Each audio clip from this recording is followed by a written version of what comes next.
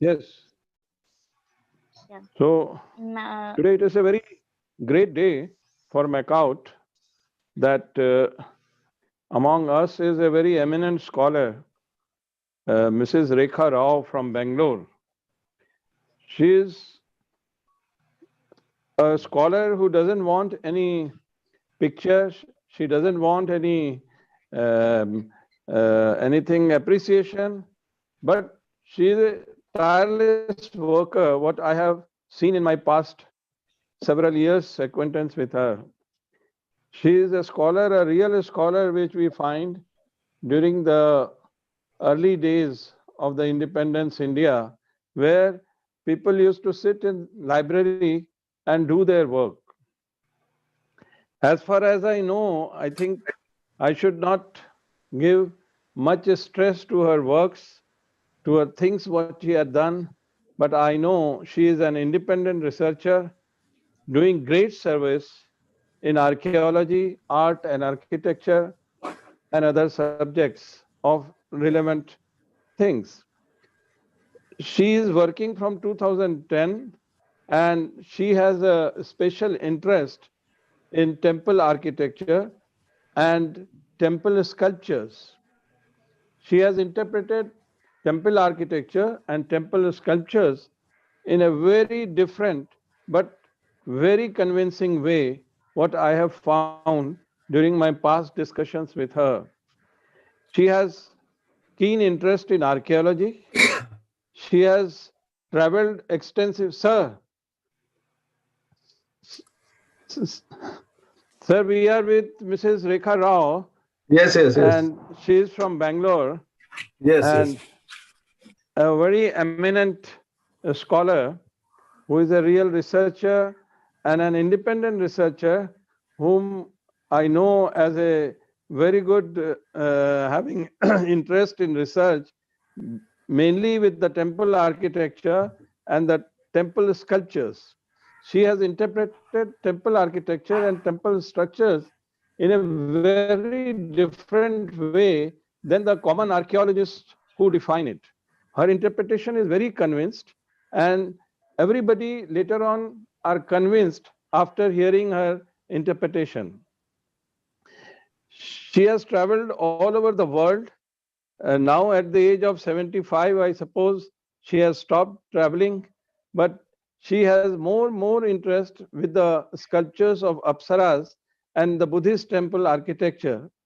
She claims to have deciphered Harappan script. Although, while I discuss with her, we confront in many forms that how you are claiming that Harappan script is deciphered by her. But it is an tireless work which she has done. She correlates it with Rigved and Yajurved.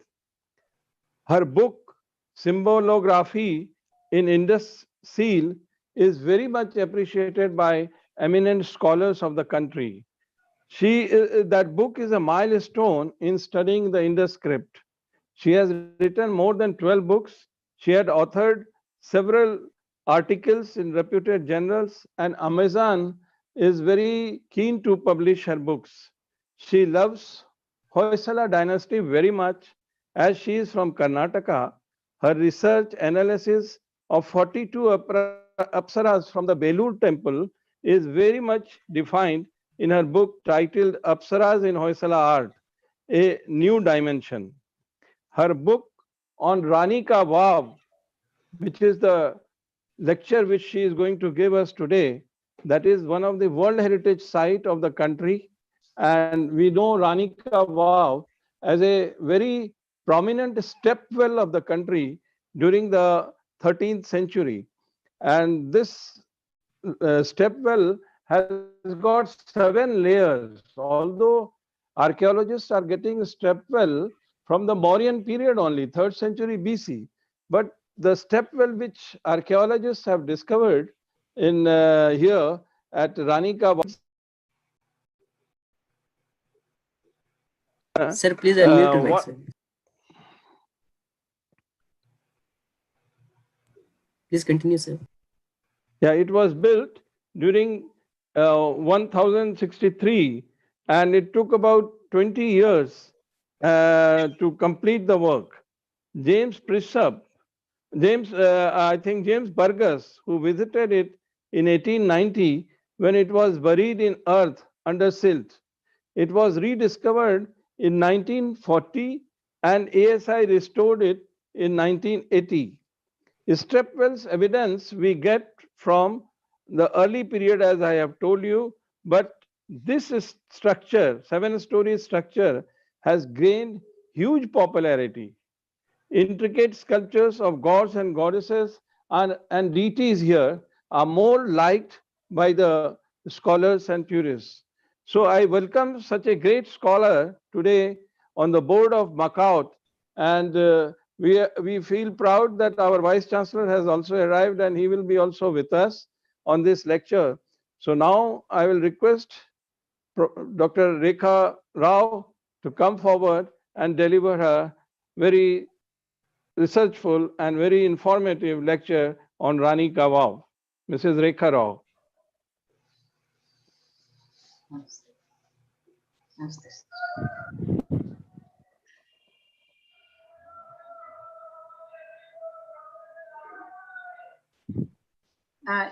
Shall I start now?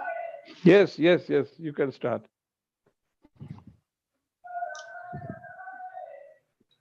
Mudra Vijnana, the science of hand gestures in Rani Ki Vav sculptures. Namaste to each one of you. I thank Professor Dr. Saikat Maitra Ji, Vice Chancellor of MAKAUT, Dr. P.K. Mishra, and Anuja Bose for inviting me to be part of this archaeological lecture series. Thanks to Prem Kumar and the organizers webinar team.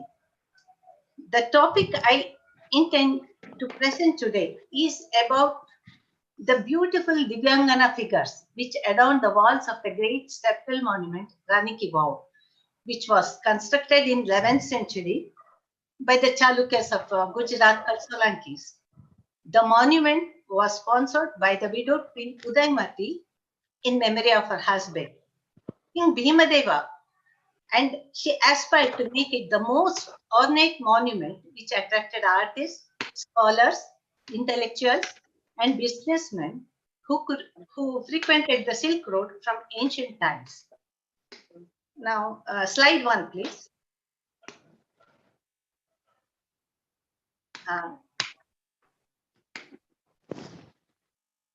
Slide 1. I'm not able to.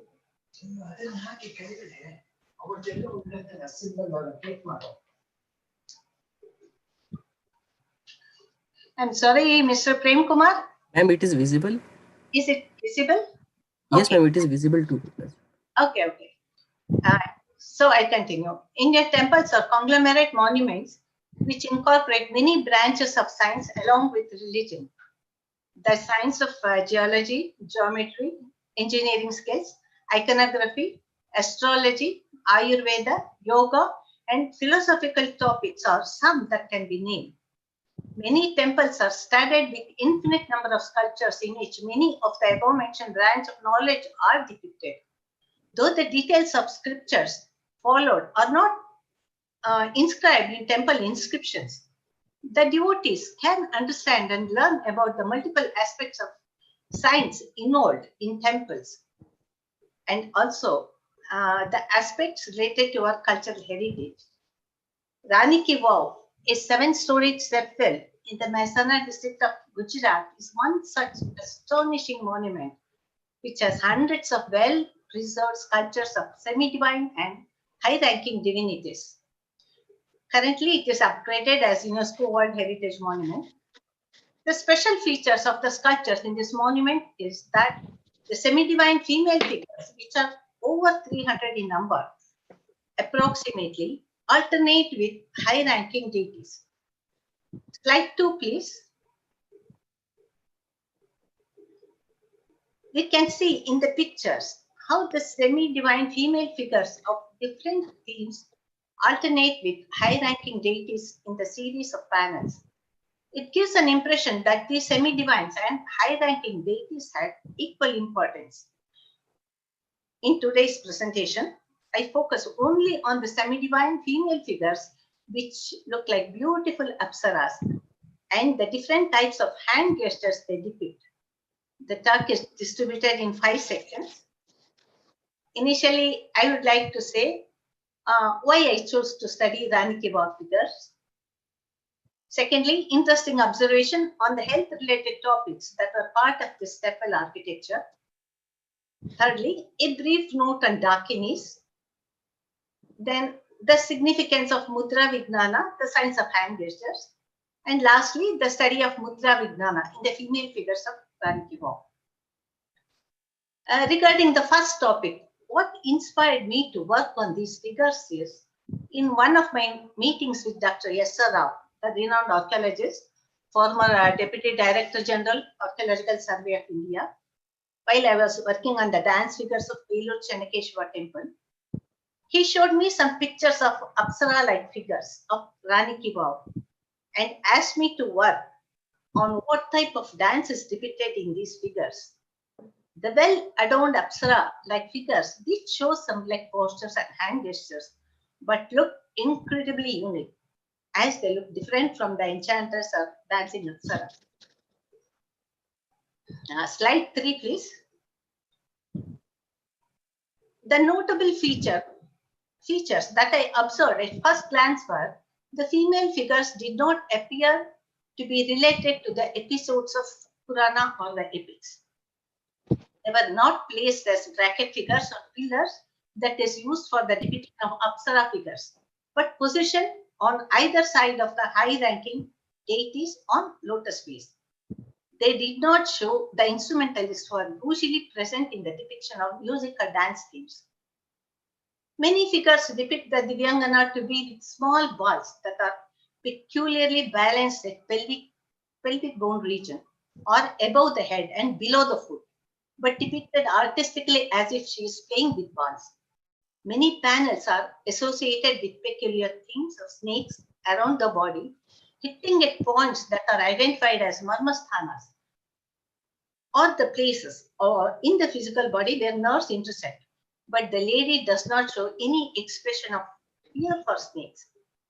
Some figures showed the Sahaja asanas, the simple stretch postures and hand gestures of Mudra Vijnana, which are essential to the maintenance of healthy physical body. They did not show multiple secondary figures other than a single dwarf in some. Each figure was fitted in between two pillars on lotus base. Now, these pictures truly look very different. I tried to locate the leg and hand postures of the figures according to what is prescribed in Natya Shastra, but nothing was convincing. I tried to imitate the leg postures physically and realized very soon that they are typically the postures of Sahaja Asana, which are given by the therapist for maintenance of physical health. I was convinced that the theme of female figures of Rani Ki Vav are not into Apsara's dance depiction. I tried to correlate them with different categories of Divyangana figures, though some of them showed snakes. They were not Naginis or Nagakanyas because they were not with hoods on their head. They could not be classified as Shalabanjikas, who are usually with trees, or Yakshis, as fertility theme was not depicted in Rani Ki Vav. They were not multiple armed nor with animal representations as Vahanas that are usually seen in Yogini group of sculptures. They were also not Siddhasthirya representation as they did not depict any supernatural power. They were just semi-divines on lotus pedestal without multiple arms or Vahanas. It is because they did not come under any of the above said classification of Divyanganas. I undertook a research study on Dakini group of semi-divines, which appeared more convincing for the themes that was depicted by these figures. Regarding the vastly different hand gestures that were like Mudra Vijnana gestures and which were not like the typical hand gestures of classical style of dance, I took some extra classes by yoga experts and acutherapy masters to know more about the topic of Mudra Vijnana and acupoints, which were greatly helpful to study the semi-divine female figures of Rani Ki Vav. It was interesting to observe that the health-related topics appear to be part of temple architecture. Ayurveda, yoga, and its branches have always been part of our heritage. Awareness and maintenance of physical body is a very fundamental step before exploring about the mind and spirit which resides in the body. One can remember the saying that the figure of deity can be seen only with a pair of good eyes. Similarly, only when the body is in good condition, the mind evolves to higher perspectives, or else it lands up in the domain of botherations of ill health. Our ancient scholars understood the value of good health for comfortable living and have given importance in the stepwell monument. Rani Ki Vav was not only a source of good water frequented by women folk, but was also a religious place with pillared halls for monks to rest in rainy season, and frequently visited by tourists and businessmen who relax in the pillared halls. Students pursuing the study of iconography also visited, as there are many figures of deities. The themes of these figures are very vast. One can easily trace foot reflexology, acupressure, kundalini chakra position indications in these figures. The talk focuses only on the hand gestures, which are the mudras of Tattva Yoga, a branch of therapeutic science that are beautifully documented in Rani Ki Vav. The finger positions are very clearly depicted, though some figures show a related accessory held in the mudra. The theme of the sculptures of main deities is not in the scope of today's talk. Only few hand gestures related to Mudra Vijnana in female figures are focused with pictures to illustrate the figure positions of various mudras and its significance. It is because of the depiction of varied themes in these panels, I have analyzed the figures to be dakini figures holding mudras. So before proceeding to hand gestures, I would like to say who are dakinis and what is Mudra Vijnana. Dakinis are the female embodiment of enlightened energy and the goddess of lesser rank, found in both Hinduism and Buddhism. Dakinis of early Puranic episodes commonly meant them as powerful and dangerous feminine forms, but they are different here. Tantra of Buddhism has lot of reference and representation of Dakini goddesses. Buddhist Tantra places Dakinis as heroes of the path of enlightenment. Dakinis are both in celestial form as goddesses and also as human form in Buddhism. They are involved with activities of both worlds of samsara and nirvana, the worldly and the spiritual perspectives respectively. As protectors of physical and mental health, they are invoked for relief from physical problems encountered by humans.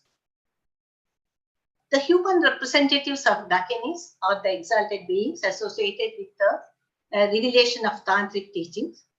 Dakinis of human form were the female associates of Buddhist siddhas. According to the tantras, they transform the energy of sentience from worldly to mundane to spiritual path. Dakinis are in many classifications like Puja Dakinis, Buddha Dakinis, that means the goddess of senses, healing Dakinis related to physical body, who are depicted with tools and shamans. Then we can see Vajra Dakinis, Dana Dakinis or Wisdom Dakinis, etc. The Dakini panels at Rani Ki Vav are in all these above mentioned classifications. The analysis is based on the fact that the figures show holding the mudras of Mudra Vijnana and the themes and activity depicted matched with that of the varied classification of Dakinis. Dakinis traverse in the sky. They are projected as sky travelers or sky dancers called Categorizing, and hence a roof is not constructed where Dakinis are present. This can be seen in the Rani Ki Vav monument also, which has no roof. Now, coming to the hand gestures, I furnish a brief introduction about what Mudra Vijnana is. Many sculptures of semi-divine celestial beauties at Rani Ki Vav indicate the hand gestures of Mudra Vijnana, the science of hand gestures, which are classified as Tattva Yoga, an essential aspect of yoga system. They are incorporated in such a way that only on a closer observation it can be noticed. Otherwise, on a casual observation, the panels are usually admired as Nagakanya because of the snakes, or Apsara playing with balls, or Apsara with monkeys. Head gestures, mudras, are basically the way of holding finger joints. It is derived from the root word mud in Sanskrit, which means joyful and that which gives satisfaction. Vijnana is the understanding, the science of mudras. On this section, one may find just muscles, tendons, blood, bone, and nerves in all fingers. But the holistic power of hands and the fingers was realized and channelized as a therapeutic method in ancient times. Mudra Vijnana was the easiest, ancient, and time-tested therapeutic practice that was in vogue to maintain good health. Queen Udaymati sponsored the construction of this eternal stepwell monument with compassion to civilians to promote the knowledge of mudras for good health and well-being as one of the several intentions associated. Indian tradition and culture from ancient times are deeply influenced by the principles and practice of hand mudras and used both in cultural and therapeutic heritage of India. Hand gestures are of three types: Laukika, Vaidika, and Tattva Yoga. Laukika means the Abhinaya mudras used by dancers. Vaidika mudras are used by priests, and Tattva Yoga mudras by therapists. There is no connection between them, but they reveal the artistic and creative minds of ancestors to a great extent. Next, slide 4, please. Okay. Yes, ma'am. Laukika mudras are Abhinaya mudras. We can see few Laukika mudras, Abhinaya mudras. They are hand gestures that are used in the art of dance. The Laukika mudras are the holding of specific or various finger joints, which are named differently and used to convey or indicate specific usage based according to explanations of Natya Shastra. Each Hasta mudra is used by dancers to communicate specific meaning, and they are like the language of classical dancers to communicate the meaning involved in the script of the song. They are like visualizing words of the song conveyed through hand gestures that change very fast from one to another. In the picture, we can see some hand gestures used by classical dance form. Then secondly, Vaidika mudras are used by priests in ritual practice of worship session along with chanting of mantras, and they are called Vaidika mudras. The origin dates back to Vedic times. Learning of Vedas and Samhita recitations went along with movements of hands as methodical way to lessen the ambiguity in reciting it. The grammar part of Hrisva or Dirgha swaras, the short and the long pronunciations, were taught through hand gestures. In Rig Veda, hand mudras are used to represent the lengthening of syllables, the short or long sound, etc.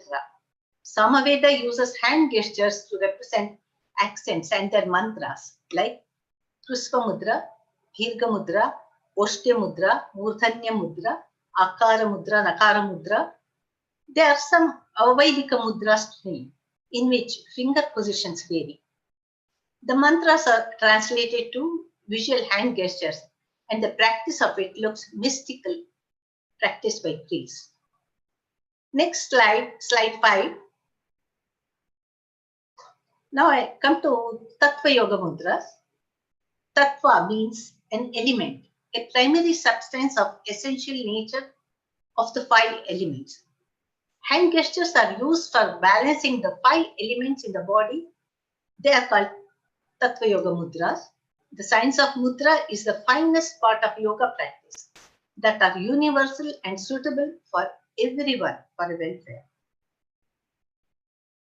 Tattva Yoga, a part of Kriya Yoga, is a limb of Tantra Yoga which intends to move the inner energy to higher levels through conscious awareness. It calls for active and conscious participation by the person who intends for good health. Kriya Yoga means to try with an effort to do. Yogaraja Upanishad and Dattatreya Yoga Shastra describe yoga is a science of health of body, mind, and spirit. The goal of holding Tattva Yoga mudras is to bring about an equilibrium and a state of calmness in the body. It is like a self-discipline of the body to harmonize with the 5 elements present in our system. They can be held at any time, even as the person is sitting or relaxing or walking.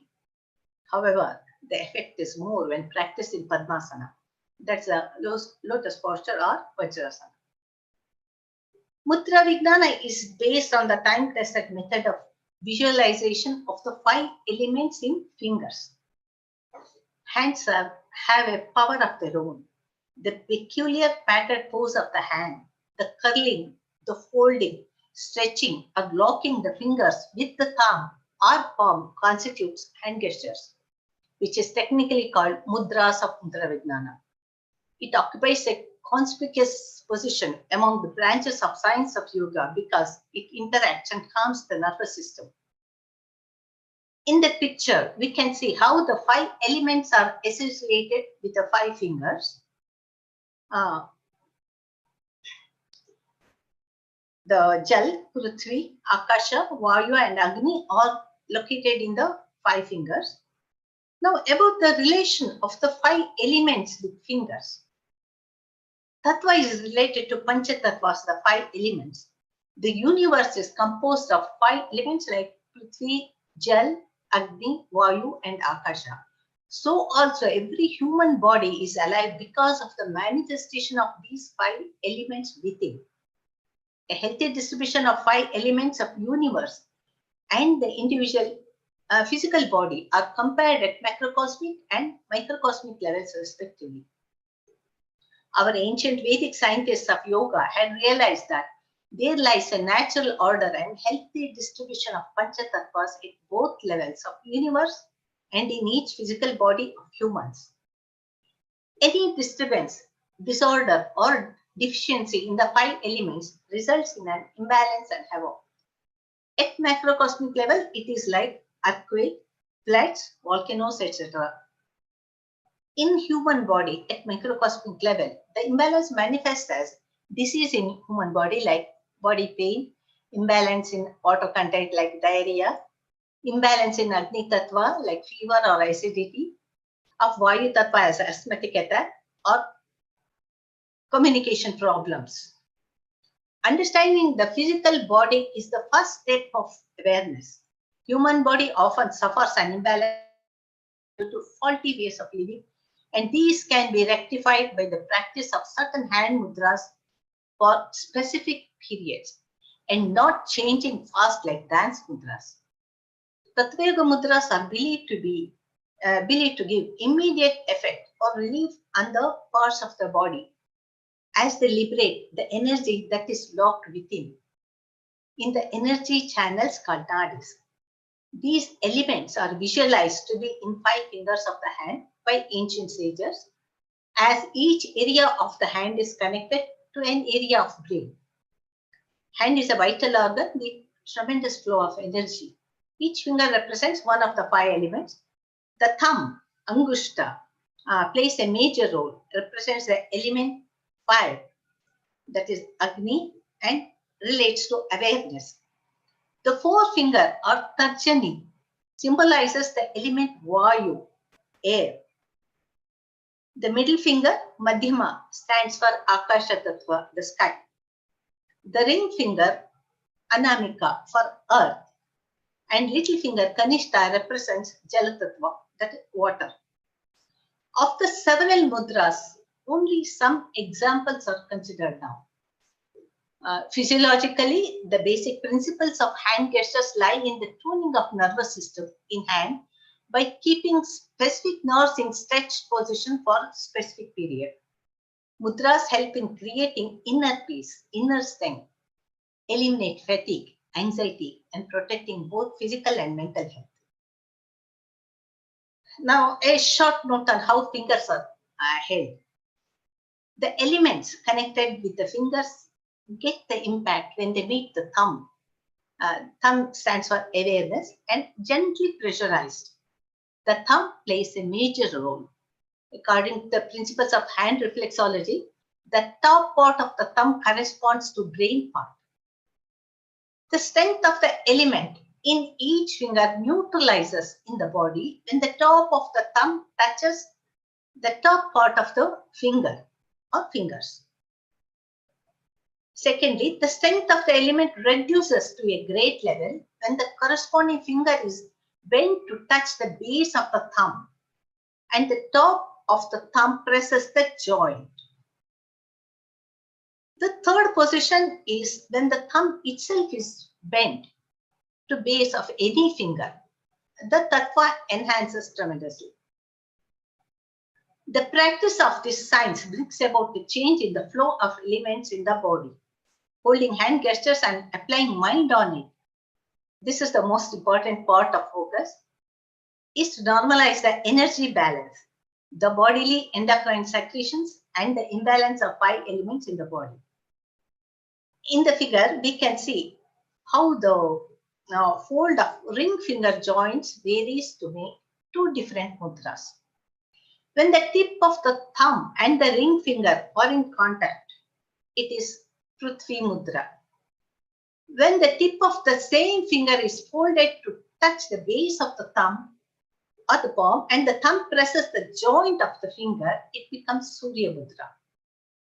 I will come to this explanation later as depicted in sculptures. Similarly, mudras are held with other fingers also.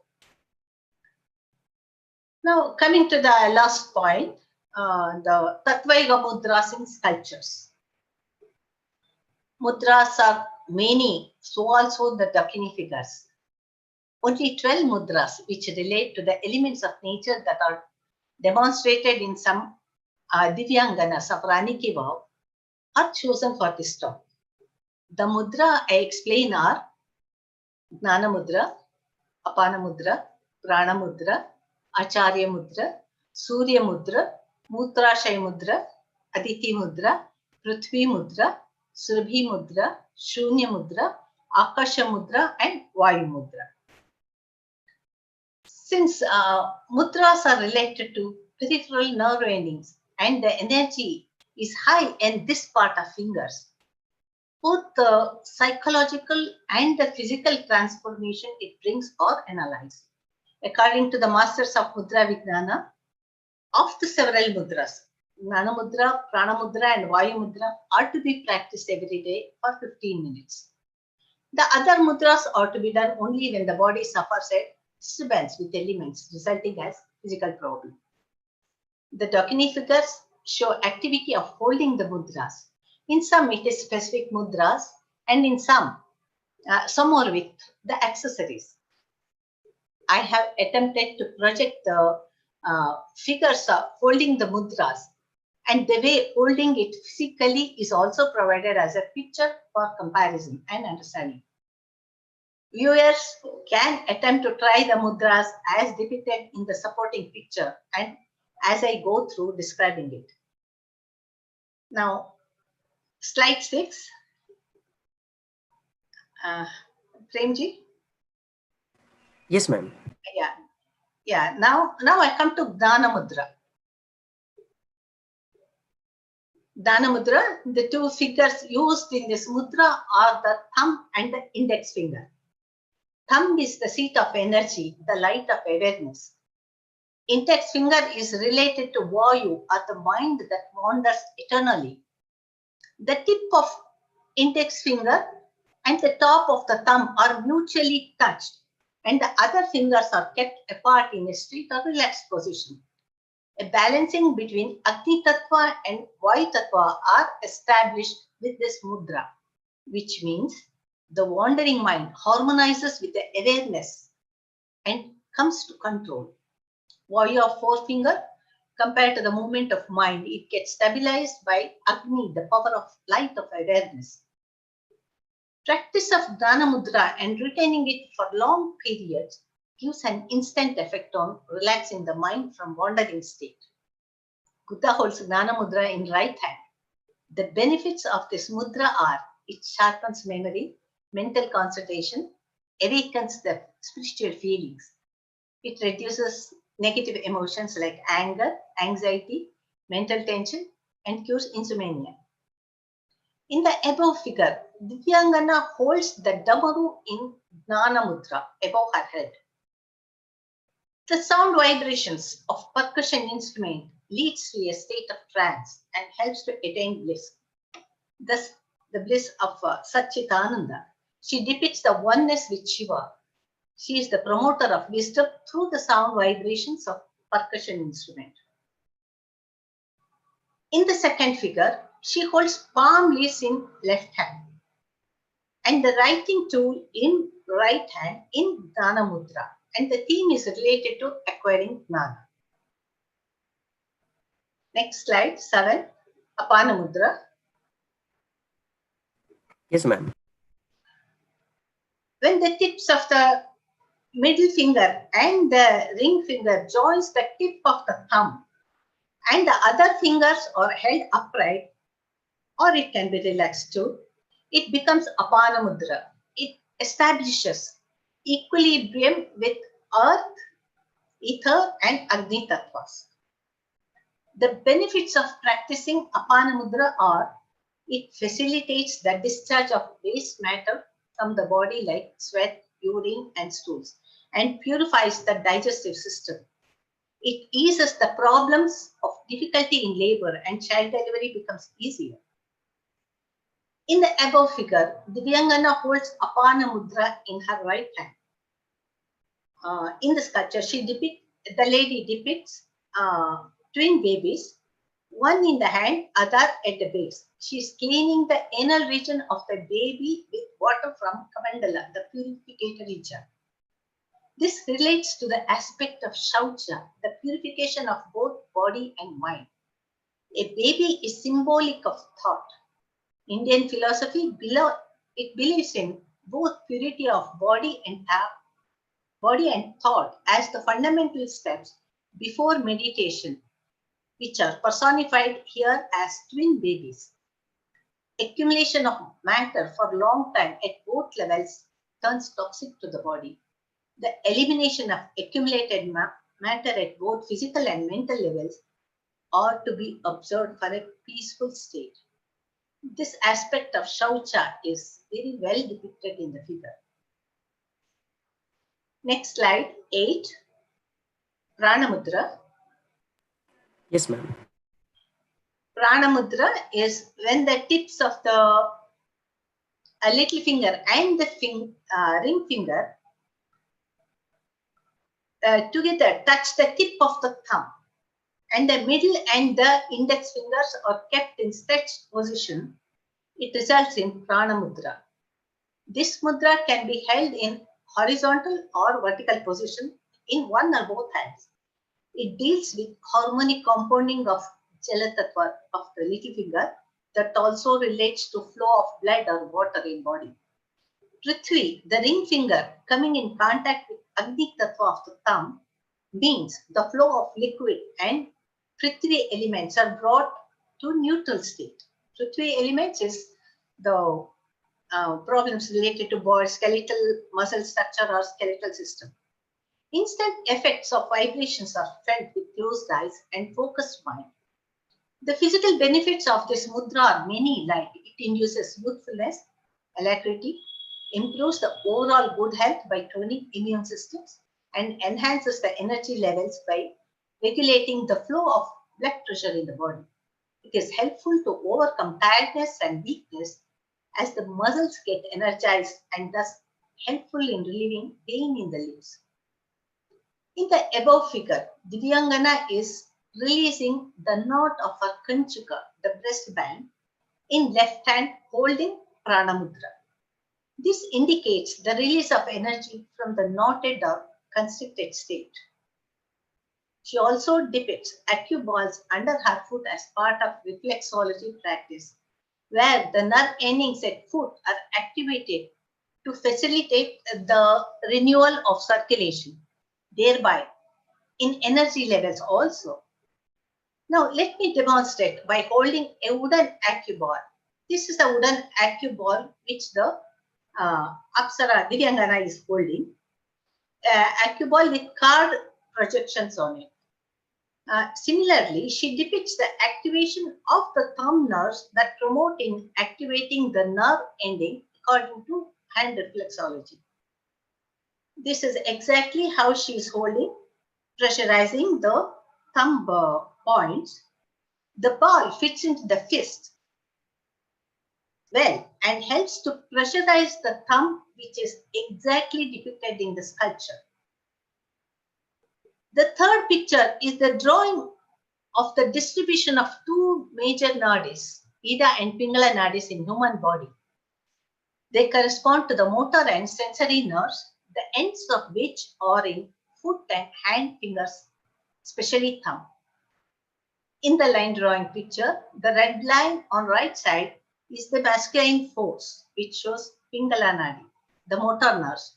The black line is the feminine Ida, corresponds to sensory nerves. We get a picture of the major nerve endings in foot and hand. Observe the thumb in the figure, which is highlighted in the sculpture.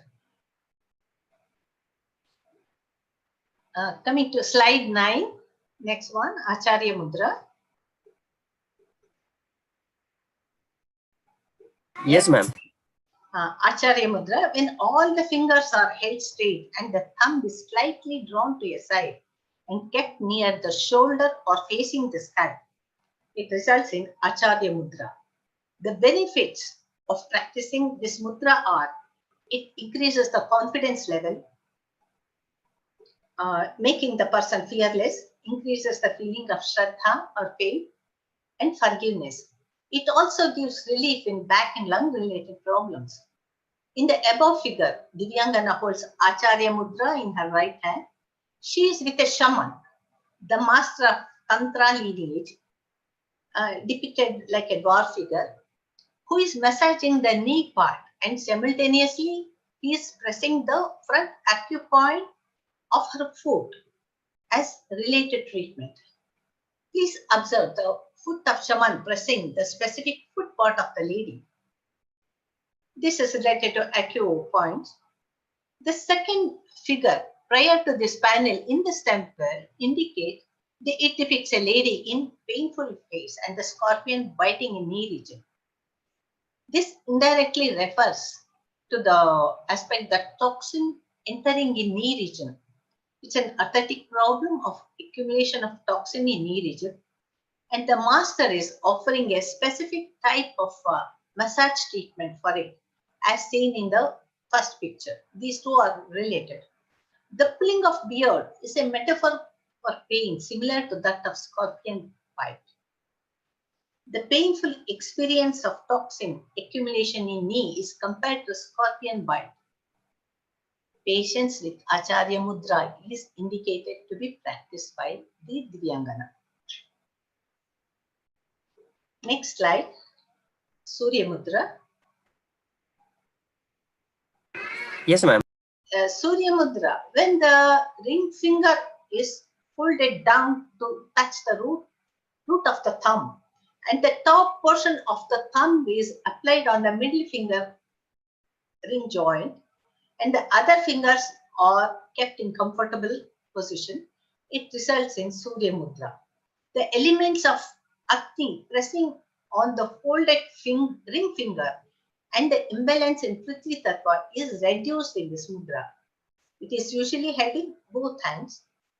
Ring finger refers to Prithvi Tattva in the physical body. It refers to the skeletal and muscle structure that gives support to body. The imbalance in body is suppressed by higher activity of sun, of thumb finger. Sun symbolizes energy, and the Surya Nadi gets purified in this mudra. The benefits of practicing Surya Mudra are, it normalizes pain due to blood pressure, activates the body and mind from lethargy and dullness. It improves heat in body, inducing alacrity and activity. It activates the digestive system and helps in reducing body weight and mental heaviness. The regular and long practice of Surya Mudra awaken super normal powers in human psyche. Many panels of Divyanganas hold Surya Mudra in both hands, either to rejuvenate the Manas Shakti or Prana Shakti when they are in disturbed state. In the first picture, she is depicted nude as an unadorned figure, which is indicative of an unadorned state of mind. It's like to say when mind or Manas Shakti is disturbed. It's very difficult to indicate mind in sculptures. The left side corresponds to Ida Shakti or the mind, Ida power, which is in trouble. That is depicted in the sculpture, and Surya Mudra is very clearly referred in the sculpture in the right hand for this state. Surya Mudra is very clear in the second picture too. On the right hand, you can see Surya Mudra very clearly held. The third picture shows the snake wound on her leg, which may hint feeling of tightness in leg like cramps. I would like to mention here that the snakes has been used as a motif in these figures to convey different expressions and not as a poisonous animal hitting her in reality. The Divyangana is holding the oval-shaped serpentine stone in her right hand and lifting the right hand up, which is suggested by doctors also to release the pain from cramps. The last picture, the green one, is that of how serpentine stone looks like, because many pictures hold serpentine stone in Rani Ki Vav. The most obvious physical properties of serpentine stones are it is mostly green in color, it has patterned appearance on surface, and slippery feel. These remind the observer of a snake, and that is why the name serpentine was derived. Serpentine stone is used as it has strong energy known to stimulate the arousal and balancing of Kundalini energies and also in blockages of chakra energy. This green stone may assist with healing problems within the heart and lungs, and it is an excellent stone for cellular regeneration. Many figures of Rani Ki Vav show holding of the oval-shaped serpentine stone.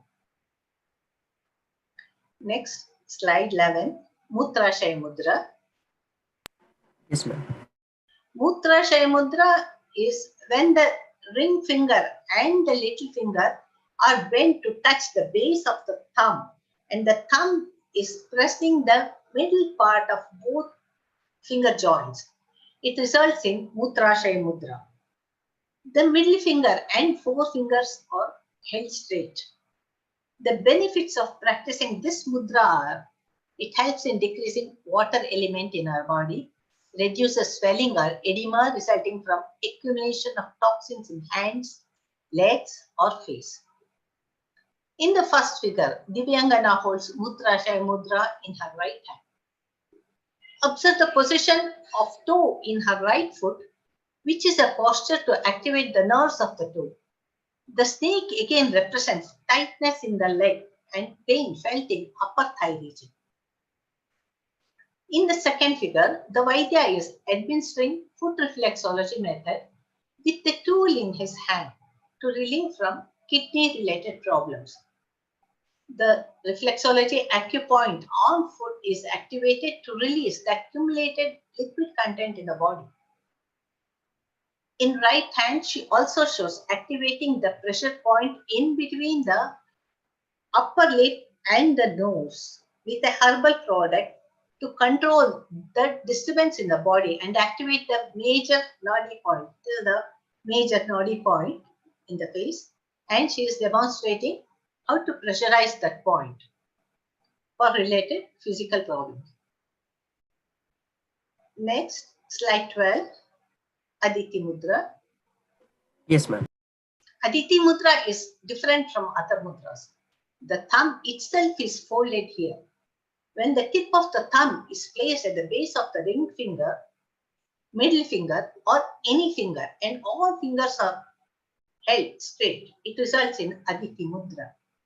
This mudra of placing the thumb at the base of any finger is indicative of enhancing the element of that element with respect to finger.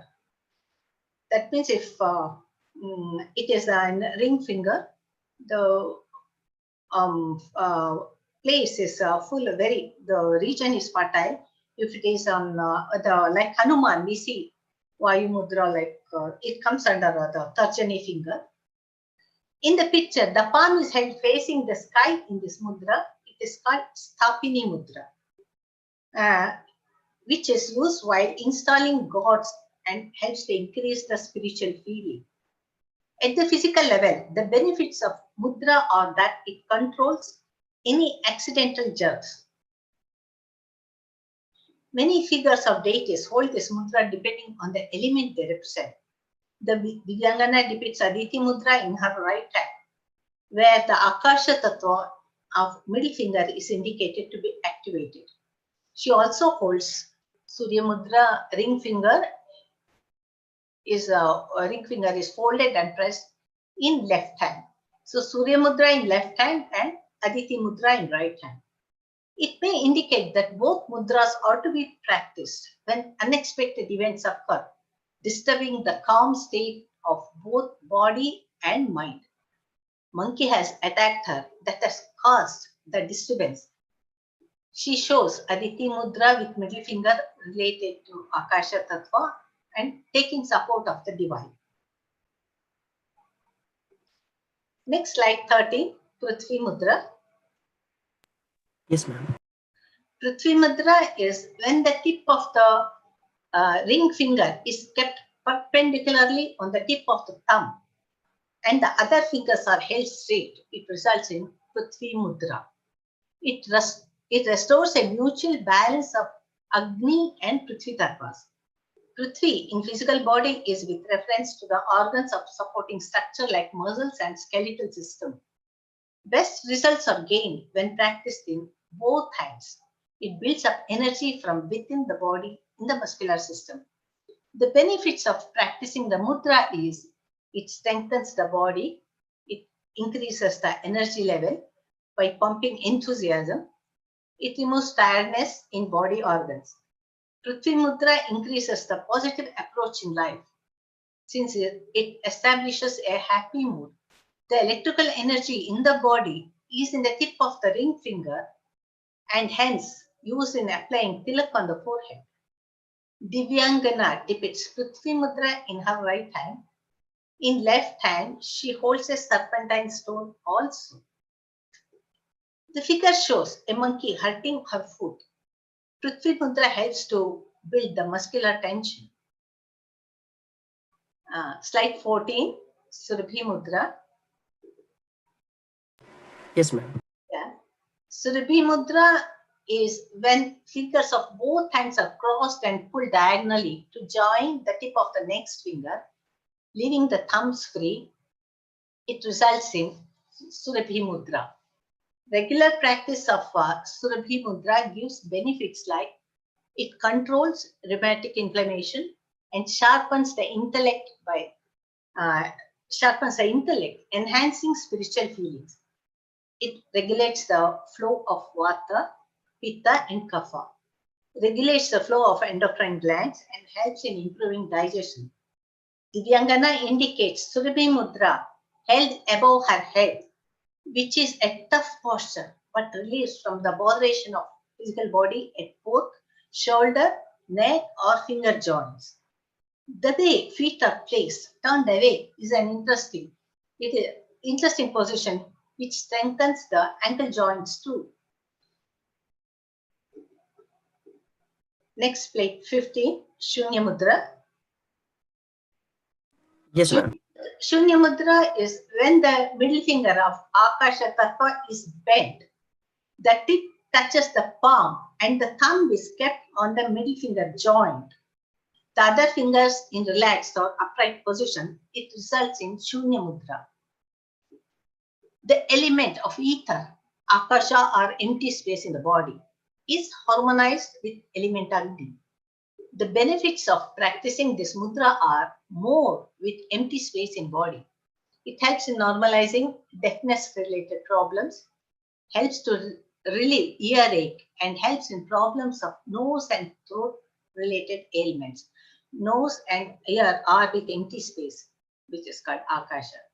It indicates the skeletal system by helping relieving numbness in the limbs. Divyangana holds Shunya Mudra in her left hand, which is very clear. The two snakes are striking on Marmasthana of shoulder point and the thigh point, which indicates disturbance in both joints, both shoulder and thigh joint, or it may also indicate the accumulation of toxins in these Marmasthanas. There are many panels in Rani Ki Vav where the snake is hitting exactly at the shoulder point. The chart of Marmasthanas in physical body is provided, the blue figure, which helps to know the specific shoulder and thigh points that are in trouble. These 2 points are indicated by hitting of the snake. She also depicts a special type of round stone in her right hand called serpentine stone, which is used by therapists in toxin eliminations. The pictures of serpentine stone, the smooth structure of the serpentine stone is provided in the picture. Next, slide 16, Akasha Mudra. Yes, ma'am. Akasha Mudra is when the tip of the thumb touches the tip of the middle finger and the other fingers are held upright. It becomes Akasha Mudra. Akasha is empty space. Ear has empty space. The benefits of practicing Akasha Mudra are it helps in earache, deafness, and other ear-related problems. It helps in relieving disease of the bones, as this mudra helps in re-equipping the elements of calcium in bones. With age, bones get osteoporosis where the calcium decreases, and this mudra helps in equipping the element calcium in bones. It energizes the body by maintaining the health of teeth and heart-related problems. Divyangana is holding a tool in Akasha Mudra and pressing or activating the point by the side of the ear here, which has many nerves of facial organs intersecting at this acupoint. This is the acupoint. Next, slide 17, Vayu Mudra. Yes, ma'am. Vayu Mudra is when the tip of the index finger touches the base of the thumb and the thumb is placed on the middle or the index, middle of the index finger.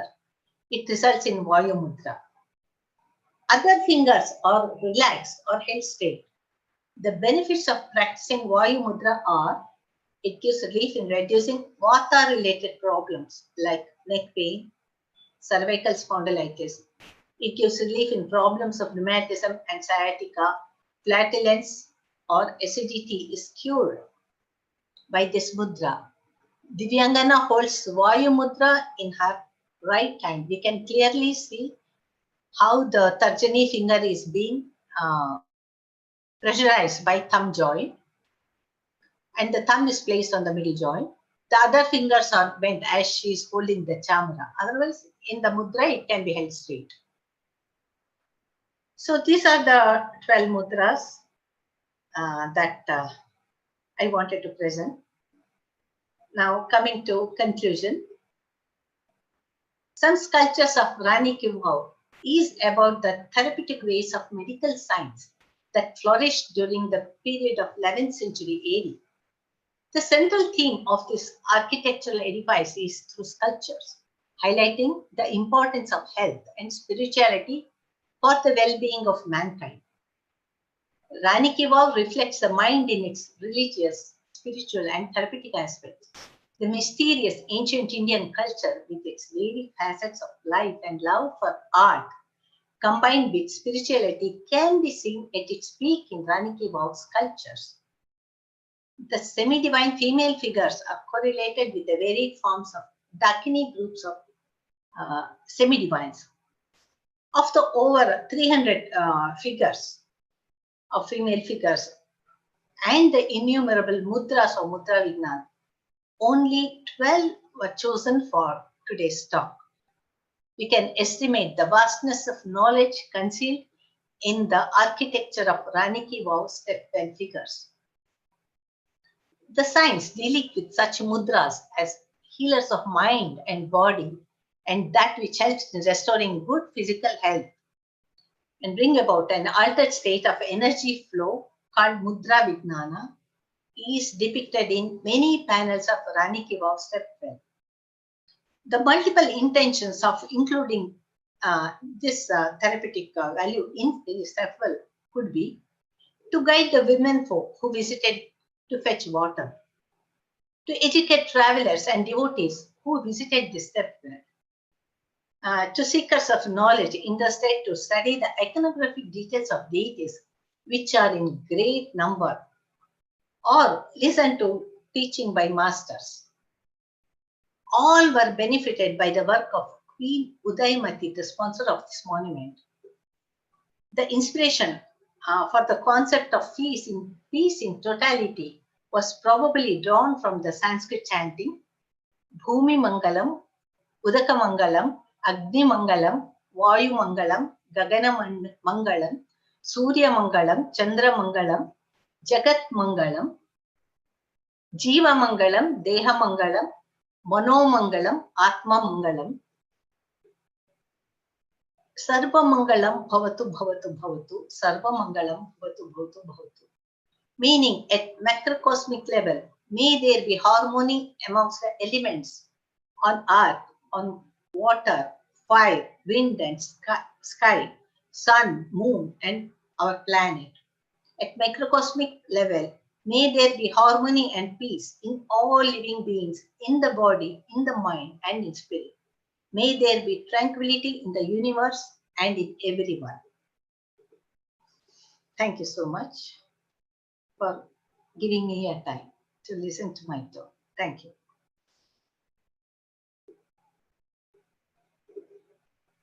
Thank you so much, ma'am, for such a wonderful, informative, and truly eye-opening lecture.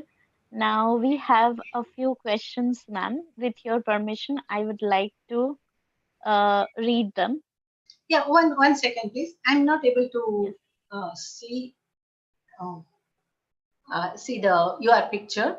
How do I Ma'am, do? can you minimize that word document? Yeah. Okay. Yeah. Yes, ma'am.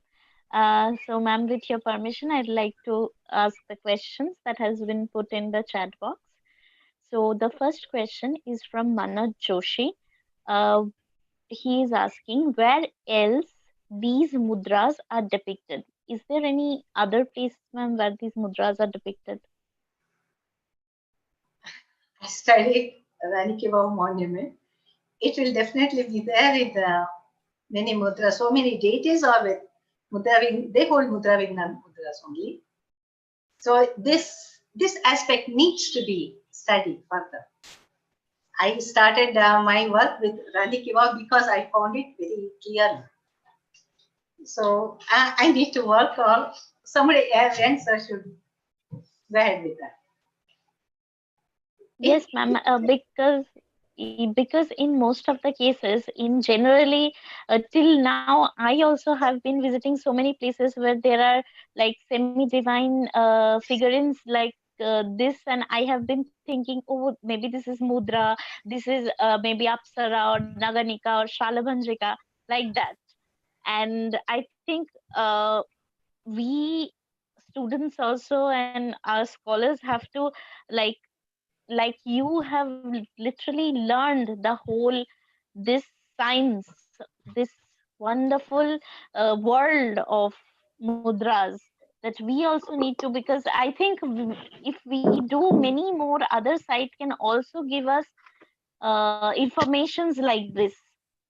Yeah, the Mudra Vijnana only when practiced with focus in mind, it is sure to give Exactly. results. I have personally experienced it. Otherwise, the Buddha won't have, Buddhists won't have given that Nana Mudra for such a long period. It has time-tested values. Yes, ma'am. Thank you, ma'am. But I There's would like another to tell question. you, Anuja, Yes, Anuja, yes, sir. Anuja, can you hear me? Yes, yes, I sir. would like to tell you, in Cambridge University, while teaching Mm-hmm. archaeology, there is one subject, Mudra Vijnana, and there are three Mm-hmm. students of Professor A.L. Basham who has Mm-hmm. submitted the PhD, in that time. So Mudra Vijnan is a very popular Vijnan. In most of the Mm. monuments of India, we get mudras in various forms. You would see it in Khajuraho temples, you will see it in Yes. Chola temples, you will see in Hoysala temples. And at I Rani think Ka, Kakatiya temples also, sir. Yeah. yes, yes, Kakatiya yes. temples also there are. Yeah, so Mudra Vijnan madam has given a very detailed study. I Yes. think in India, a lot of study, less experts have done it, but she has done excellent study. But Mudra Vijnan is one of the subject in Cambridge, and Mudra Vijnan Yes. should be one course of study in Indian syllabuses also. It is very much required. Yes. Yes, you go for the Yes. next question. Yes. The next question is also from Manoj Joshi, where he has asked, the monkey which which you showed, ma'am, in one of the slides. Does that monkey represents any special? Does it have any special significance? Like you talked about the snake. Does the monkey also have some kind of special significance? Yeah, monkey has like snake is used to give an expression to many aspects, right? It is hitting a point or poison is induced. Even a scorpion bite is that it doesn't mean a scorpion is really biting her. It is a Mm-hmm. poisonous thing that has accumulated there. It represents, it may be representative of that. So likewise, monkey is always very active, hyperactive, and it is related to disturbance in mind. When attacked, the lady is her mind is disturbed. So also the physical body is disturbed because it has scratched her. It has caused the damage. There are many Apsara sculptures all over the temples of India. ઘણી છે Yeah, monkey अपन एकदम represents copy છે एकरा the हेठा restless state of mind. રેખા ઓરા हेठा हाँ Yeah, it represents a restless state of mind. So that should एकदम come same under છે control. हाँ देखा चाहे तो आपको एक बार देख लिया So in many, I have given a paper in where three positions are given. Even in Rani Ki Vav, three positions are there. It has attacked the foot, it has attacked the knee region, it has attacked the thigh एकदम region. Same एकदम It ditto છે doesn't mean in all monkey is attacking. It represents disturbance in those regions. And disturbance in Marma point, that causes disturbance in mind as well as body. It's a dual representation.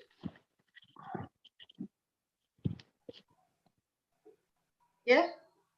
Yeah, thank you, ma'am. If you are convinced, Uh, yes, ma'am, there's another question from Girindra Mohan Thakur. He has asked that please explain Nataraj Shiva's four hands and its mudras. oh, Nataraja, this is Karihasta, and this is Swastika Hasta in right hand. It is Yes. Abhaya, both hands. It's Swastika Hasta that comes under dance movement.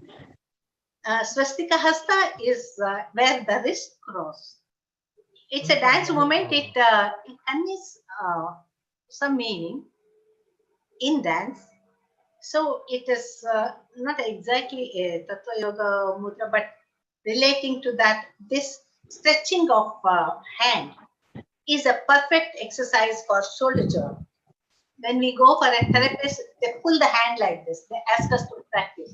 The Karihasta needs to be practiced every day, whether we imitate praying to Nataraja or not. That's a good posture to activate the shoulder point.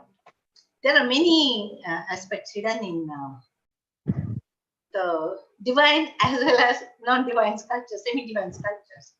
You can see from any perspective, from physical or divine perspective. Thank you, ma'am. That's all.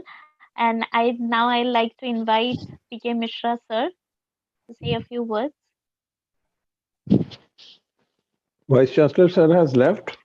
Vice Chancellor sir has left. Prem, Yes, Yes, I think sir is disconnected, yeah, or something. is he disconnected?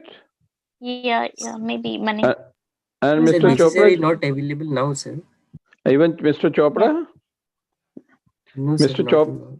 he is also not Mudra sir available. has also not joined now, sir. yeah. No, he was telling me he has joined. Okay. So it was a brilliant moment in this lecture series, which is ending today. And the last is the best of all, I can say. I have no words to thank Rekha Rao madam for this excellent lecture which she has given. And she has introduced us with the Mudra Vijnana of Rani Ki Vav temple, which is the World Heritage Monument, a very unique monument of world. And I remember seeing this monument around 15, 20 years back. And when we see this kind of monument, we are amazed to see the monument, the 7 steps of that monument. But I admire Rekha Rao to have seen the postures of the hand, and she has correlated all postures of hand in this way, which has enlightened us very much with thoughts and mind. So it is a very rare archival lecture for MAKAUT. We will keep it in our store for students in coming years so that they can know more and more from her lecture. We would be inviting you many of the times to this MAKAUT institution, which has a heritage department. And this heritage department is a very new department where we are trying to introduce ancient Indian history, culture, and archaeology with conservation and preservation to the whole country, not only to the Bengal, but to all over the country. So we would be seeking, madam, your help, your resistance, your guidance most of the times. And I thank you very much for accepting our lecture and delivering such a nice lecture. I thank Anuja for coordinating so well with all the lectures which we have held it. So I'm glad that in my faculty, such a intelligent and such a best coordinating faculty we have. I thank Prem also for coordinating with Madam and all other lectures to end this series. We again thank you all for this. Thank you. Thank you. Thank you, ma'am. Thank you, sir.